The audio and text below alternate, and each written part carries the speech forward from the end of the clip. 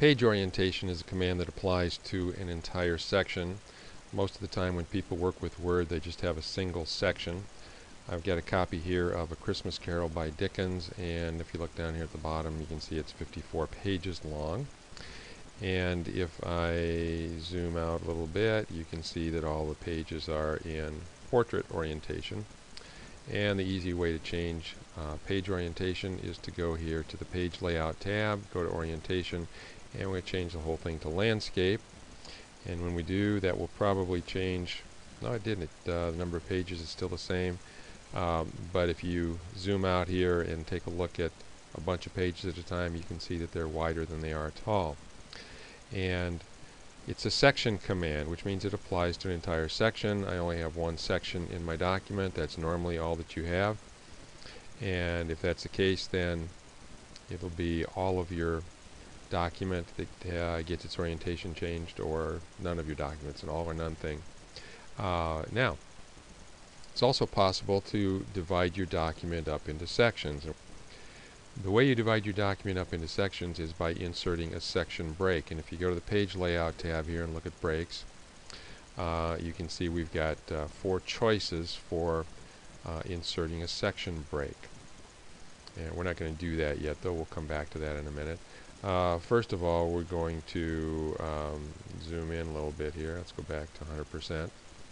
And I'm going to scroll down here a ways, and I'm just going to do a Control F here and try to find the word stave.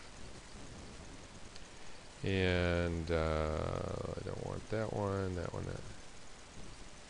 Okay, so we're going to go to stave 2 here, which happens to be around page 18 of the document. And I can close that now that I've found it. What I'm going to do is I'm going to insert a section break here. And the type of break I'm going to insert is going to be next page, which means this will be forced down to the beginning of a new page. So click on next page here.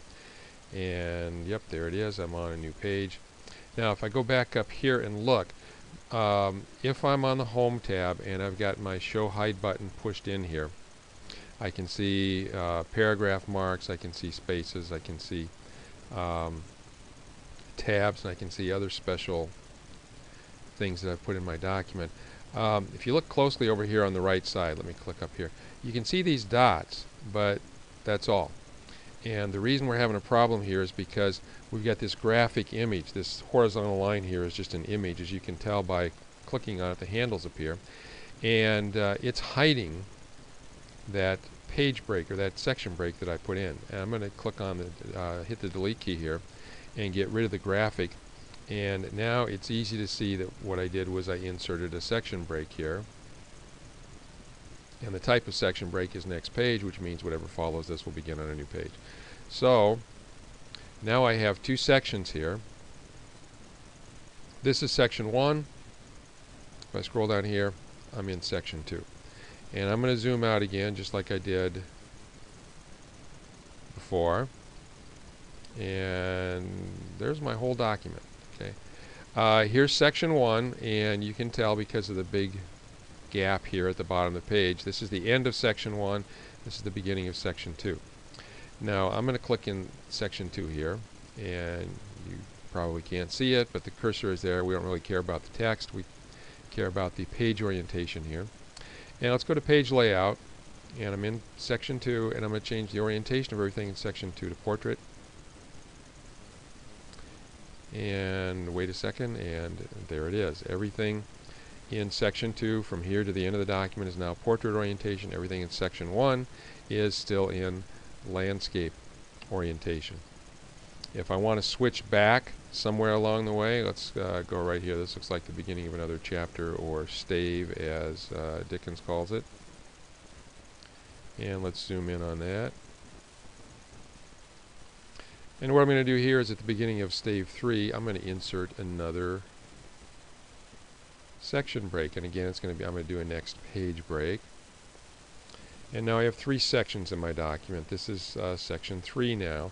And as you can see here, well, let's zoom out a little bit so you can see a little better. This is all portrait orientation, and I'm going to leave the cursor in section 3 here, and I'm going to change my orientation back to landscape.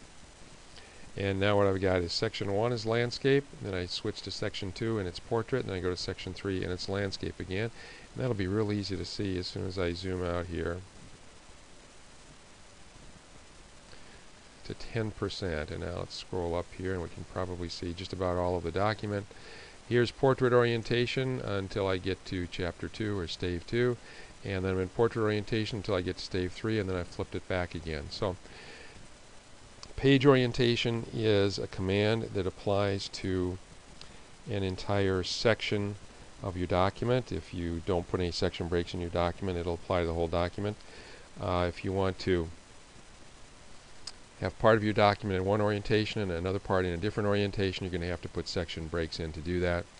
A common use for this would be most of the time we do our documents in portrait orientation, like I've got right here, and you may have some kind of an image that is wider than it is tall, and it may look better if you print that image in landscape orientation, and so you may want to switch for a brief period of time to landscape orientation so you can display the image correctly.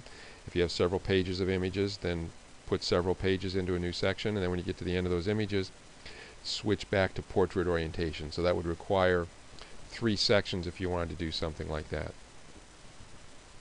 So that's pretty much how you change the page orientation and how page orientations apply to sections.